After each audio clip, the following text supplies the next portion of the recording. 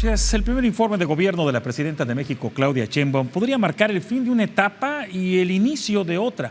Pero más allá de los resultados presentados, la verdadera hoja de ruta en su administración definirá o se definirá de manera crucial este mes de septiembre y los que siguen. Hoy vamos a analizar los retos más apremiantes desde la integración del nuevo Poder Judicial en nuestro país, obviamente su relación con el Ejecutivo Federal, hasta la relación con los Estados Unidos y claro, el futuro de la economía y de otros importantes rubros. Por eso he convocado a un grupo interdisciplinario de expertos, de analistas. Saludo con mucho gusto a la distancia al maestro Marco Paz Pelat, analista político. Maestro, gusto en saludarlo. Un abrazo. ¿Cómo está? Gracias por la invitación y aquí estamos a la orden. Muchas gracias al periodista Demian Duarte, que se encuentra también en la Ciudad de México, que bueno, da seguimiento puntual prácticamente todos los días a la información que fluye desde Presidencia de la República. Ya ha tenido oportunidad en múltiples ocasiones de preguntarle a la presidenta, conoce bien los temas, conoce bien la agenda. ¿Cómo estás, Demian?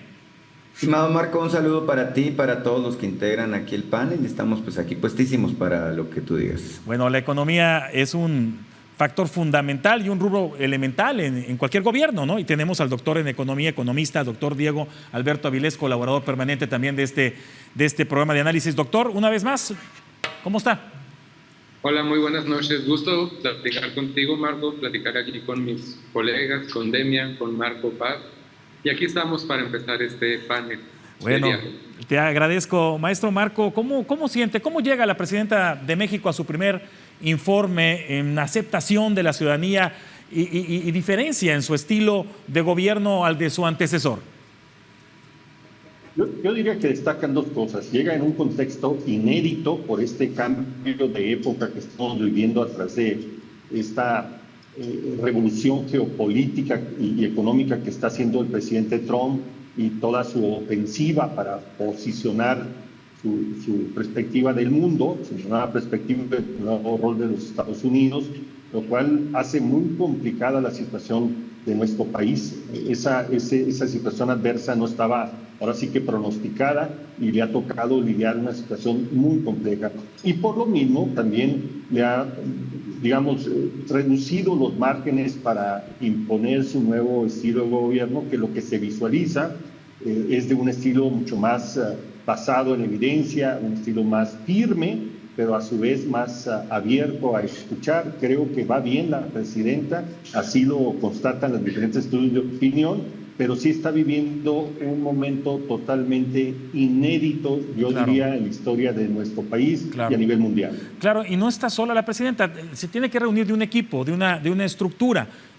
Bueno, Demian, ¿a quiénes calificarías y por qué como los más destacados funcionarios de la administración de la presidenta en estos primeros meses, que no se completan el año, estamos hablando de 11 meses?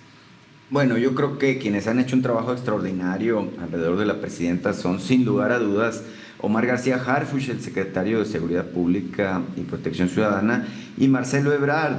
Bueno, uno, fíjate, es interesante, venía de su equipo desde el gobierno de la Ciudad de México, implementó una muy exitosa estrategia de seguridad aquí en la capital del país, convirtiendo pues a la Ciudad de México en uno de los entornos más seguros de todo México. Y por la otra mano, creo que Marcelo Ebrard, el secretario de Economía, que se ganó la posición compitiendo contra la misma presidenta de la República, pues ha dejado a un lado, por el momento al menos, sus aspiraciones marcadas para ser candidato presidencial y se ha puesto a trabajar, se ha echado pues el talacho al hombro y se ha puesto a hacer lo que corresponde.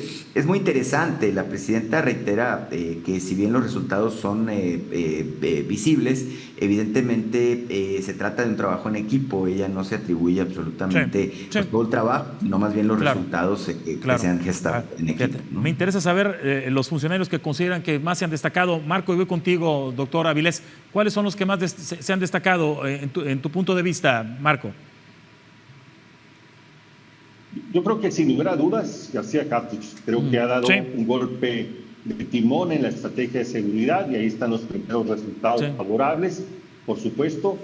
Coincido con Demian en el caso de Marcelo Ebrard, que también ha hecho un buen trabajo y me parece que son los más destacados. Los demás han estado ahí a la disposición, pero no se les nota de forma importante su contribución. Claro. Diego, misma pregunta. Además, sumamos esta. ¿Cuáles son los datos que se destacan en el informe que reflejan, a decir de la Presidencia de la República, un crecimiento sostenido, y si realmente esto ha afectado y ha impactado directamente al poder adquisitivo de las familias en nuestro país. Mira, comparto aquí con mis colegas de panel que tanto el secretario García Harfuch como el secretario Marcelo Ebrard. Pero me parece que es un gran gabinete, sigue siendo un gran gabinete a pesar de que ya ha pasado casi un año y todo el gabinete ha trabajado de manera muy coordinada. Y yo de esos dos nombres sumaría otros dos por situaciones muy coyunturales. El canciller Juan Ramón de la Fuente me parece que ha hecho un papel muy destacado, sobre todo con la fuerte relación con los Estados Unidos y todo lo que ha pasado durante este año. Y me parece que por el carácter de la presidenta Claudia Sheinbaum, la Secretaría de Ciencia ha demostrado ser prácticamente el articulador de toda la política de gobierno. Toda la política de gobierno, desde seguridad, se está haciendo con la ciencia de la mano. La salud se está haciendo con la ciencia de la mano. Y los proyectos estratégicos que trae la presidenta, como Olinia o Cuxari, se los ha encargado a la Secretaría de Ciencia. Sobre el informe, pues destacan varias cosas, ¿no? Pero la presidenta mencionó tres sobre ellos que me voy a concentrar. Uno no es completamente su mérito porque ella acaba de empezar, que tiene que ver con el tema de la pobreza, la drástica reducción de la pobreza en la llamada era de la cuarta transformación. Ella lo saca a colación, pues porque se acaba de reportar el dato, decir que más de 13 millones de mexicanos dejaron la pobreza, pues no es cualquier dato, que debió haber estado en el informe y estuvo en el informe. Dos, sobre el crecimiento económico, pues en efecto ahí ha estado, leve, pequeño, pero ahí ha estado. Se ha augurado desde que empezó la era Trump que vamos a caer en recesión, que el crecimiento va a ser negativo y demás, y ha pasado el primer trimestre del año, el segundo trimestre del año, y al día de hoy no hay recesión, y no hay indicios que vaya a haber recesión, lo que lleva al tema del poder adquisitivo. ¿Por qué no ha habido recesión? Y tiene que ver con un tema de mercado interno. El fortalecimiento del poder adquisitivo que se ha dado sobre todo en la clase trabajadora, beneficiada por la política de salarios mínimos y la política de transparencia, ha fortalecido el consumo local y el consumo interno. Pero bueno, es un tema que seguiremos platicando. Marco, recalcó también la métrica de los programas sociales, sí destacó estos 13 millones de mexicanos que salieron de la pobreza, otras acciones de más programas sociales. ¿Qué impacto ha tenido en este primer año? Y bueno, ¿cómo los lees, Marco? Y voy contigo, Demian, con la misma pregunta también. Yo diría que es destacado la cobertura de los programas sociales. 32 millones de familias están siendo beneficiadas y eso tiene un impacto. Por supuesto, el incremento del salario mínimo ha mejorado el poder adquisitivo de gente que estaba un poco fuera de las posibilidades de desarrollo económico. Eso se le suma el tema, digamos, de la estabilidad, la prudencia con la que ha manejado esta tormenta de los aranceles con Estados Unidos, que ha permitido, pese a todos los riesgos, ir avanzando, ir evitando daños superiores y ir planchando un camino de entendimiento donde el tema de migración y el tema de seguridad se suman. Creo que eso podría ser temas bastante destacables. Claro. Demian, también se recalcó como puntos fundamentales del informe las reformas constitucionales, en específico la del Poder Judicial. ¿Qué opinión te merece? Bueno, creo que la reforma del Poder Judicial es la gran apuesta que hace en esta fase el gobierno de la Cuarta Transformación, ¿verdad? Si algo sabemos y conocemos quienes hemos vivido y padecido estas historias casi de terror de cómo se conduce la justicia en México, es que se trataba de un Poder Judicial de cuates. Y bueno, evidentemente la movida que hizo en su momento el expresidente Andrés Manuel López Obrador promoviendo esa reforma y la que hace ahora la presidenta Claudia Sheinbaum yéndose hasta donde tope con la elección y bueno, con el surgimiento de esta nueva historia relativa al Poder Judicial, creo que es una apuesta muy alta. Se trata de dar certeza a los capitales, a las inversiones, pero sobre todo de dar certidumbre de que la Administración de Justicia entra en el camino de lo correcto y que al final de cuentas esas historias de corrupción, de amiguismos, de tranzas y de abierto latrocinio, pues están por terminar. Obviamente, los magistrados, los ministros, tienen el enorme reto de demostrar en los hechos que esto va a Sí. estar ocurriendo. Sí, Y sí, bueno, sí, sí. creo que Hugo Aguilar Ortiz, en su papel de ministro presidente, pues tiene una Vamos. enorme Sí. responsabilidad para conducirlo en Bueno, adelante. tú eres optimista, yo tengo mis reservas, ¿eh? Reservas sobre lo que vaya a pasar con este poder judicial. Rápidamente, sus opiniones de estas reformas, Marco, te lo voy a agradecer ya para irnos al corte y voy contigo, Diego, también. Yo creo que es una reforma que tiene mucho que probar de cómo se vendió. Efectivamente, teníamos un poder judicial bastante cuestionable, pero la forma en que se eligió con base al voto popular deja en duda si se va a tener la capacidad técnica para ofrecer una justicia que sea imparcial, oportuna y amigable para la población. Yo creo que ya no hay margen para el error. De aquí en adelante tendrán que demostrar que los principios en los que se fundó esta reforma son principios válidos, pero si no ofrecen resultados y si no tienen un comportamiento adecuado, esto va a complicar mucho no solamente el gobierno, sino, digamos, la vida institucional del país. Hay muchos cuestionamientos, hay muchas dudas, tienen la oportunidad. Ahora llegó el tiempo de los resultados. Claro, Diego, vamos a quedarnos con tu respuesta. También se suma a la mesa en el segundo bloque el economista Jesús Pedro Urquijo. Vamos a hablar de los retos, acciones inmediatas del gobierno de Claudia Sheinbaum, su relación con el nuevo Poder Judicial Legislativo, claro, la economía, al regreso del corte.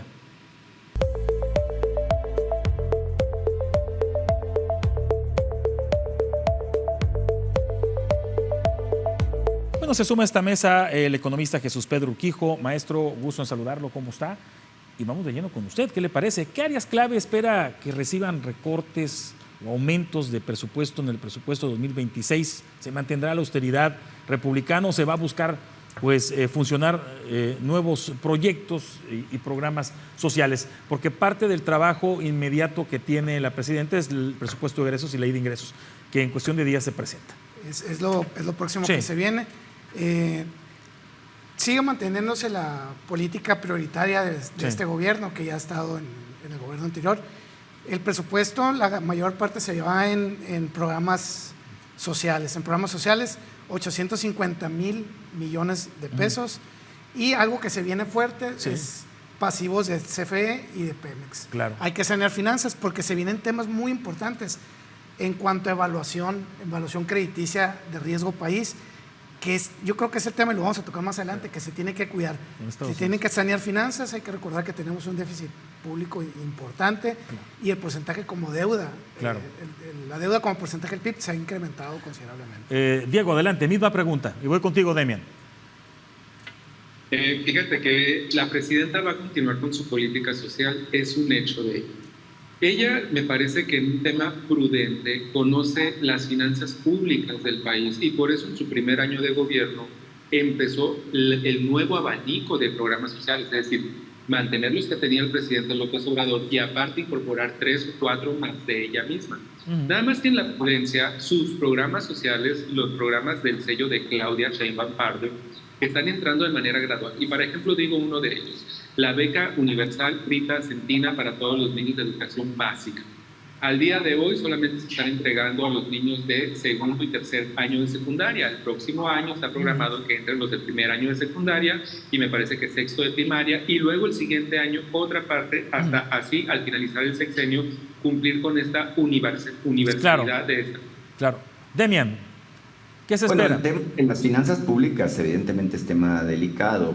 Sin embargo, creo que se han estado dando pasos en paralelo con la implementación de los programas sociales para hacer reestructuras importantes. Por ejemplo, en la forma en la que opera Petróleos Mexicanos, se acaba de hacer justamente un ajuste en el tema de la deuda y la mejora en la calificación es algo que le llegó en automático. El tema de CFE, bueno, pues está fortaleciendo también en su capacidad de generación, justamente para estar a la altura de los retos que vienen. Hay apuestas muy fuertes, muy altas a la industrialización de este país y yo lo aplaudo. Por primera vez en muchos años hay una política de desarrollo industrial que antes no existía y esto se acompaña, como decía hace un momento Diego, de grandes planes que tienen que ver justamente con la apuesta a convertir a México en una potencia tecnológica. Los proyectos Olinia, Cutzari, de litio, entre algunos otros que son muy relevantes y que involucran, por cierto, a nuestro estado, a Sonora, son justamente la apuesta grande para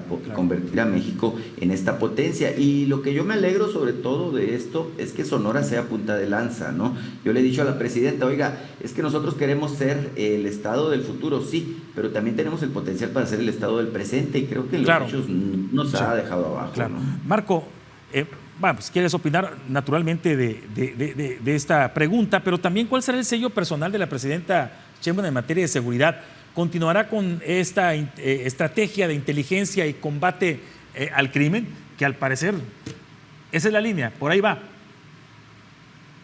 Yo diría que en términos presupuestales estamos en una situación muy compleja. Está con alfileres la economía. La propuesta presupuestal viene siendo prácticamente la misma que se estudió en años anteriores, una apuesta muy fuerte a la parte social. En el discurso viene el tema de desarrollo económico, pero no está, digamos, basada en presupuestos dedicados a ellos. Hay buenas disposiciones, hay buenas ideas, buenas estrategias, pero les falta la apuesta presupuestal al respecto. El desequilibrio con estas grandes inversiones en estas empresas estratégicas del Estado le va a meter presión.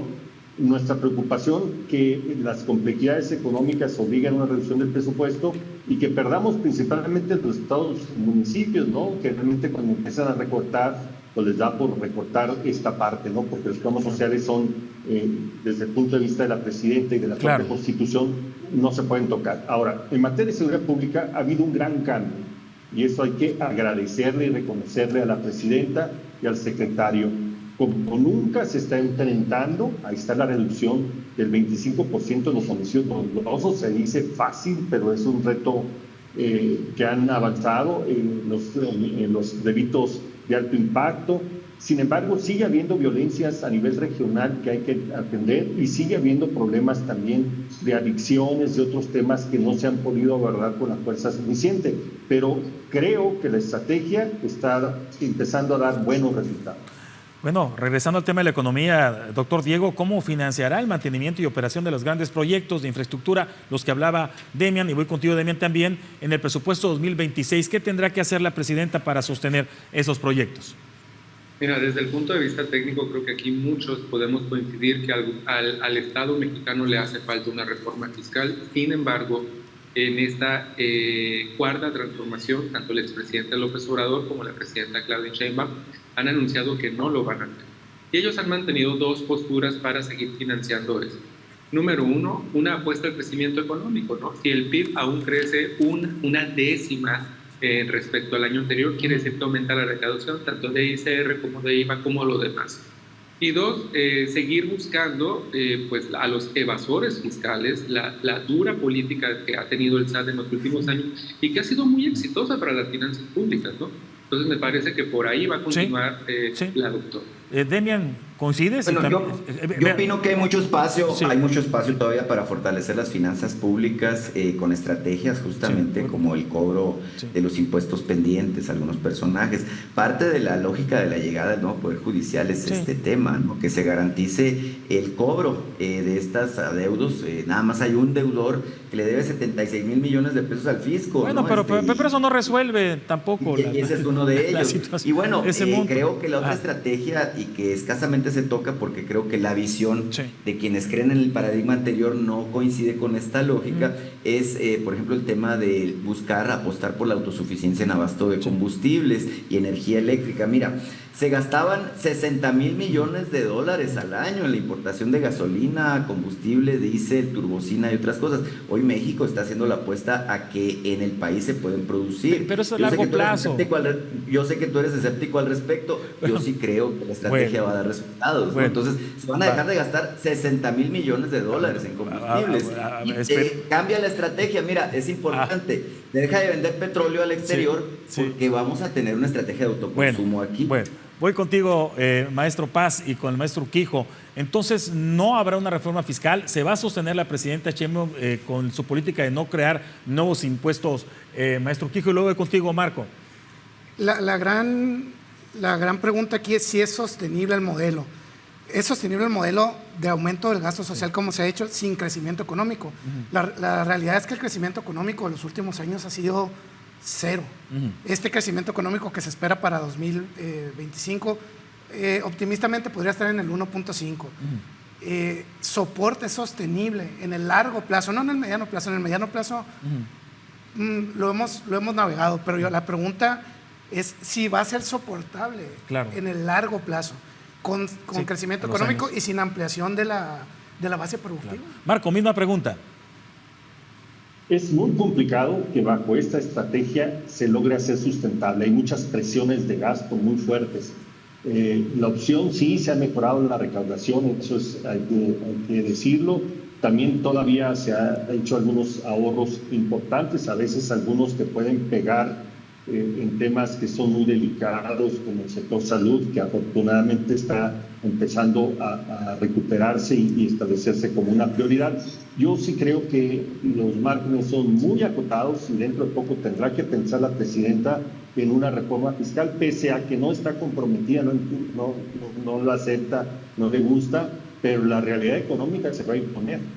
Vamos a ir a hacer una pausa y bueno, vamos a hablar del impacto y retos en las relaciones diplomáticas de Estados Unidos y México en el tema de la seguridad, aranceles, tratado comercial. Hoy estuvo Marco Rubio, en nuestro país se firmó un acuerdo. Vamos a hablar de esto, a profundizar en la relación que ha tenido la presidenta con Donald Trump en estos primeros 11 meses y bueno, cómo se avisora el futuro presente en esta relación bilateral. Pausa y volvemos.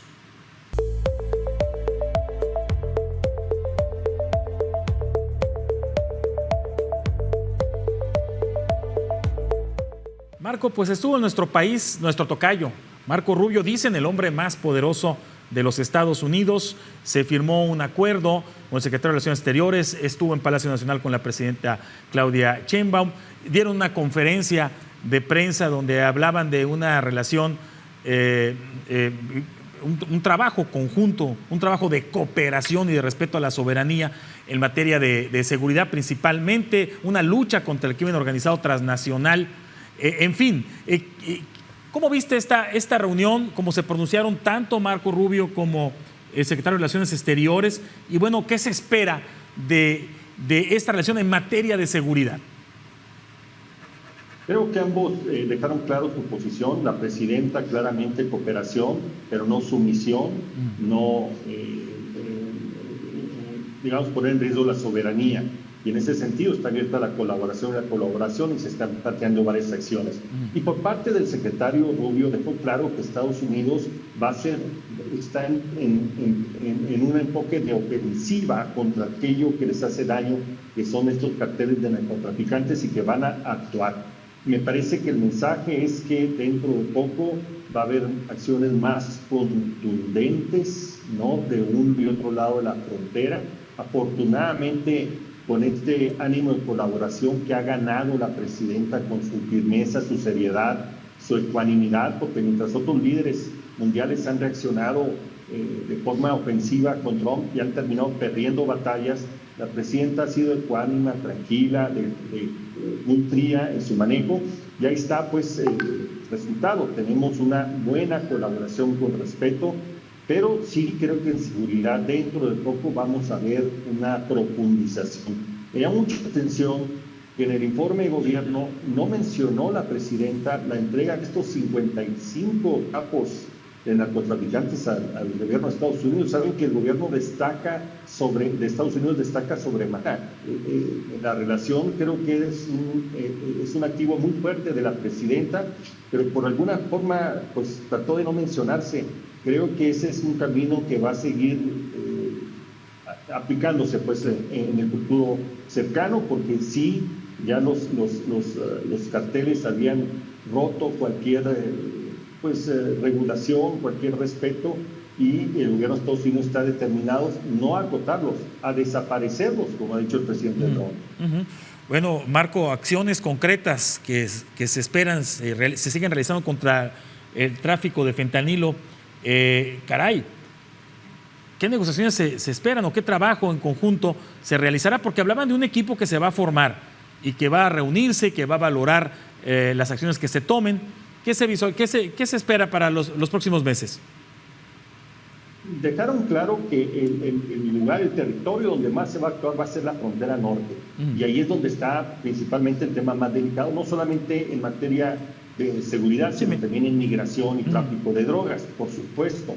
Yo lo que creo que viene es acciones conjuntas para desmantelar toda esa estructura territorial que tenían estos grupos criminales. Me parece que va a haber acciones contundentes y finalmente va a haber acciones en contra del dinero, contra las finanzas de estos grupos financieros. Ya lo empezamos a ver, ya hay otra advertencia del gobierno norteamericano de que los bancos tienen que ser muy cuidadosos en el manejo de los recursos para no caer en estas opciones de lavado de dinero, tema ilegal. Creo que por esas dos vías vamos a ver resultados dentro de poco. Doctor Diego, ¿qué estrategia de negociación debe seguir el gobierno de la presidenta Sheinbaum para que los aranceles y las amenazas comerciales no se conviertan en la principal herramienta de presión de los Estados Unidos durante la revisión de TEMEC, que es otro asunto importante que enfrentará la presidenta el próximo año? Y esa va para Demen y para el maestro Urquijo también. Adelante, Diego. Me parece que lo que ha hecho la presidenta hasta el día de hoy ha sido muy exitoso. La política exterior con los Estados Unidos se ha basado en tres cosas. Número uno, y hay que reconocerlo, es la vasta experiencia del servicio exterior mexicano construido por décadas. Y ahí está el servicio exterior mexicano en los Estados Unidos dando la cara y poniendo a México en alto cada vez que sea necesario frente a la política de migración y todo lo que hemos estado viendo en los Estados Unidos. Número dos, la experiencia del canciller Juan Ramón de la Fuente, esa no hay que dejarla de lado. Y número tres, las posturas de la presidenta Claudia Sheinbaum. No perder la templanza, estar firme, estar seria frente a todo este alboroto que lanza a los Estados Unidos. Miren, el presidente Trump ya se vio que hizo lo que quiso en Irán, ya se vio recientemente hizo lo que quiso en Venezuela y hubiera hecho lo que hubiera querido en México. Pero aquí no ha sucedido porque hay diálogo. Un diálogo encabezado por la doctora Sheinbaum, un diálogo que ocasionalmente se hace en llamadas, videollamadas, con enlaces mensajeros y demás, y ahí sigue el diálogo. Bien lo dijo la presidenta, hay coordinación y va a seguir habiendo coordinación entre los dos países. Demian, misma pregunta, pero esperemos que en este segundo año sí hay un encuentro entre ellos, ¿no? Me refiero a un encuentro personal, físico, ¿no? Yo creo que tanto Donald Trump como la misma presidenta Claudia Sheinbaum han estado evadiendo la posibilidad de reunirse, es decir, se respetan, pero no necesariamente se simpatizan o se caen bien, cada cual está en un punto ideológico y político pues que podríamos considerar los extremos. Ahora, creo que es importante esto porque al final del día en política y en economía los extremos se tocan. Yo soy del punto de vista de que Estados Unidos necesita tanto de México como México de Estados Unidos. Somos su principal socio comercial, tenemos muchas estructuras económicas ligadas en ambos lados de la frontera y yo sigo pensando que sí, la retórica de los aranceles pues nos hace algún daño, pero sigo pensando un detalle que es importante. 4 años en la vida económica de sociedad comercial entre ambos países no son nada, ¿no? Es digamos apenas un tope dentro de una enorme carretera que tenemos entre ambos países. ¿Qué pienso? Es importante lo que dijo hoy Marco Rubio. Dijo y reconoció que Estados Unidos tiene un problema, el problema de la adicción a las drogas. Y pienso yo que en este ámbito, mientras haya demanda en Estados Unidos, va a seguir habiendo quien abastezca. Puede ser desde México los cárteles, pueden ser desde Canadá, que hay cárteles muy sofisticados, pueden ser desde China o Europa. Mafia siempre va a haber. El detalle es que el crimen organizado responde justamente a lo que es la demanda del mercado y eso hay que verlo, ¿no? Al final del día, este tema del crimen organizado es solo uno de los grandes tópicos que tienen que ver en la relación bilateral, así que creo que las cosas habrá que empezarlas a ver desde otra dimensión también, ¿no? Maestro Urquijo. Coincido con lo comentado por Diego y yo agregaría algo tras bambalinas. Estados Unidos espera que México se convierta en un aliado en el debilitamiento o en el combate de China como potencia. Y lo hemos visto en acciones concretas de la Secretaría de Economía combatiendo el contrabando chino. Yo creo que dentro de líneas Estados Unidos espera cooperación específicamente en el tema del contrabando chino que ingresa Estados Unidos a través de México. Claro, Marco, ¿cómo debe el gobierno de México defender su posición como socio comercial estratégico y evitar que el debate sobre el origen de mercancías se traduzca pues en represalias comerciales? El tema es mucho más profundo. Hay un reposicionamiento comercial de parte de Estados Unidos en términos de su competencia con China y espera que tus aliados se alineen con él, como bien se mencionó. Y en ese sentido creo que hay riesgos y oportunidades. En septiembre, este mes, va a iniciar la negociación anticipada del tratado comercial. Ahí tendremos que emplear mucho la cabeza y ser muy inteligentes de cómo logramos integrarnos correctamente con la necesidad que tiene Estados Unidos de parte nuestra. Son muchas las cadenas de producción que están unidas, sin embargo, no todo está suficientemente fuerte. Creo que hay posiciones de Estados Unidos que hay que entender y hay que hacer valer nuestras ventajas estratégicas. Este mes y los próximos meses van a ser críticos. Yo creo que no hay duda. Nuestro rol debe ser de socio comercial con Estados Unidos, así lo hemos construido en los últimos años. Ahora eso hay que hacerlo valer con una mayor solidez en esta alianza. Claro, vamos a hacer pausa y regresamos ya a la recta final. Hablemos de las prioridades en distintas áreas para el segundo año de gobierno de la presidenta. También vamos a abundar con esta relación todavía de México con los Estados Unidos en el próximo bloque, ya al cierre de la emisión de hoy.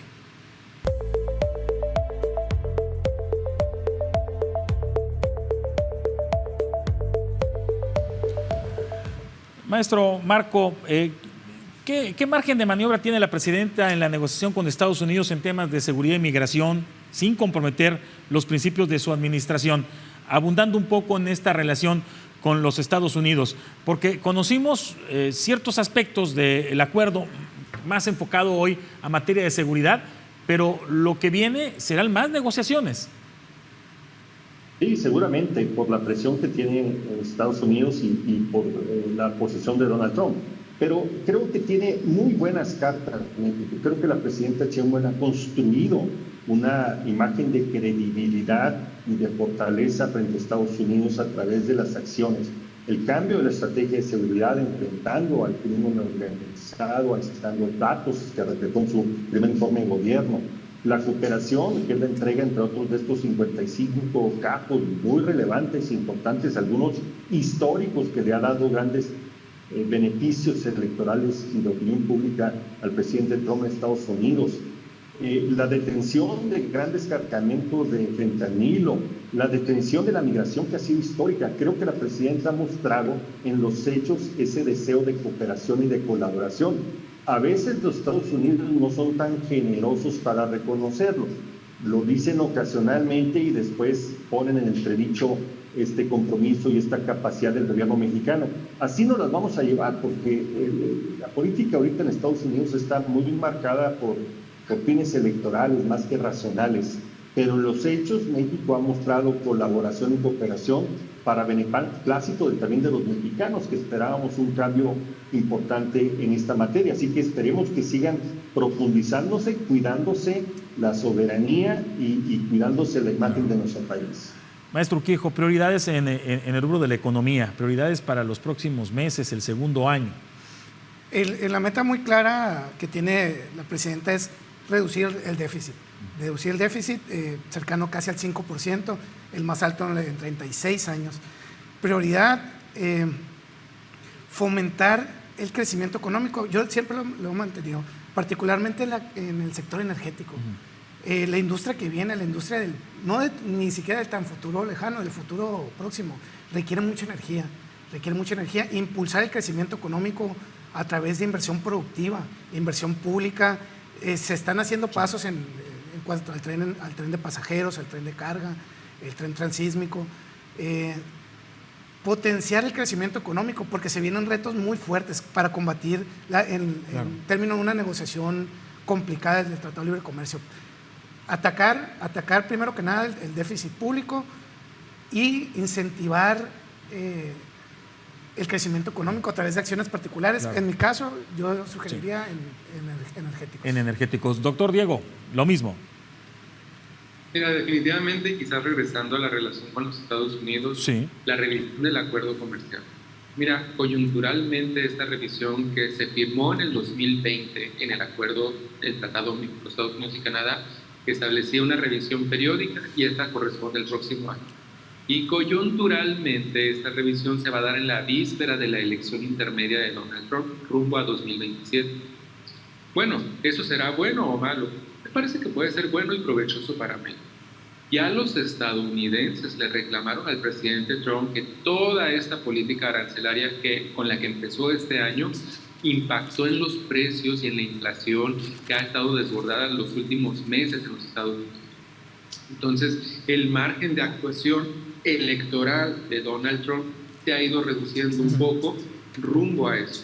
Ahí México tendrá que sacar todas sus cartas, Marcelo Ebrard, el canciller de la Fuente, y la presidenta Claudia Sheinbaum, y también tender lazos y puentes, porque hasta hoy el gobierno de Estados Unidos, el gobierno de Donald Trump, ha mostrado interés de mantener el acuerdo comercial por lo importante y vital que es esto. Demian, ¿cómo se espera que la presidenta Sheinbaum redefine el futuro de Morena? ¿Será un partido de gobierno consolidado o va a continuar operando bajo reglas de un movimiento político? ¿Cómo es esta situación interna política? No, es que Morena per se y en su definición es un movimiento político, ¿no? Lamentablemente, y esa es mi opinión particular, se le han abierto las puertas a muchas personas que nada tienen que ver política o ideológicamente, es decir, se ha llenado de oportunistas este partido fundado por el expresidente Andrés Manuel López Obrador, y esto pues pone de alguna manera en riesgo, ¿no?, los criterios, los principios que fundaron a este extraordinario movimiento político.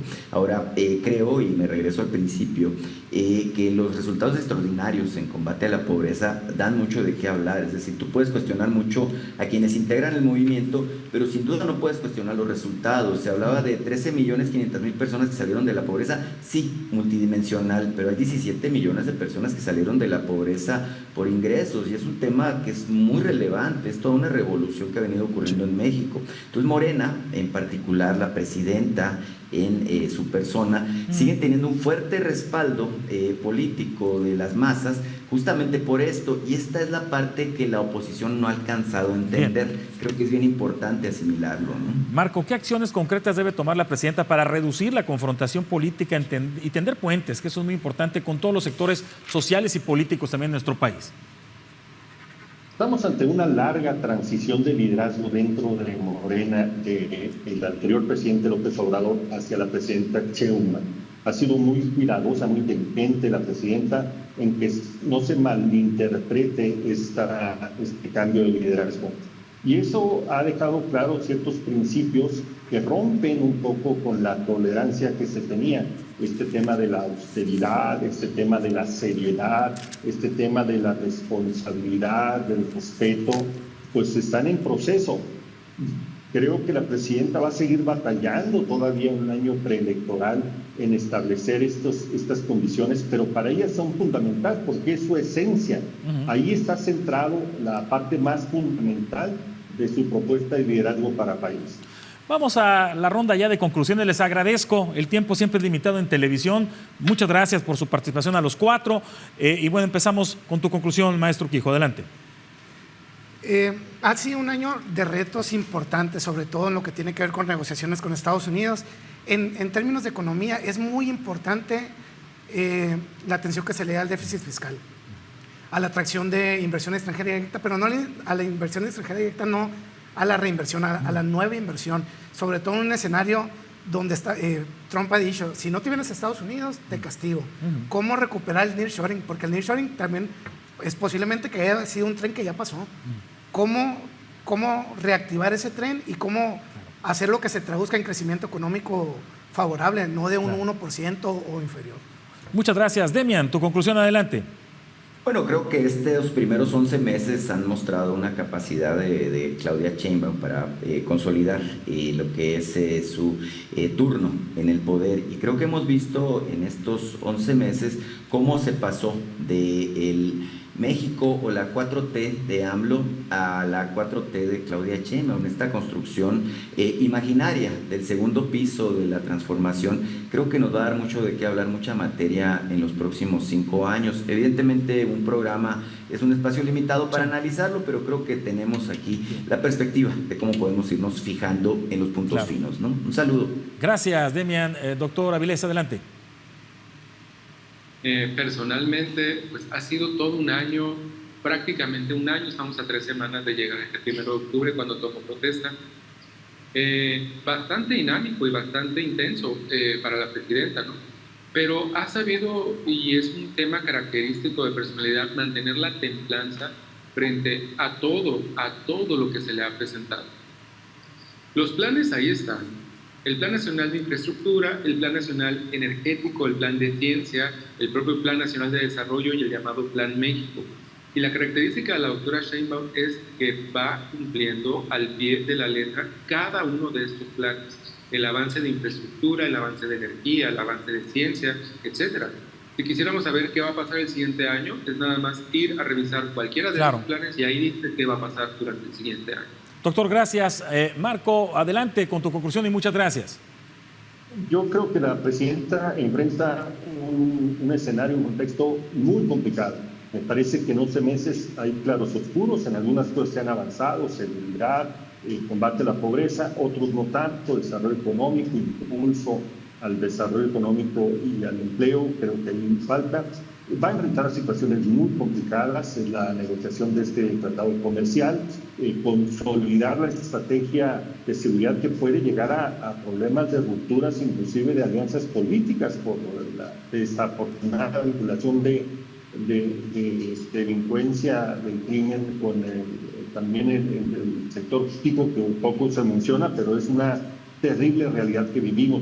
Esperemos que la capacidad demostrada, la templanza, la firmeza, la inteligencia, la realidad que ha puesto como sello de su gobierno siga dando pues un tránsito adecuado en este momento tan complejo para nuestro país. Muchas gracias a los cuatro y por supuesto muchas gracias a usted. Buenas noches.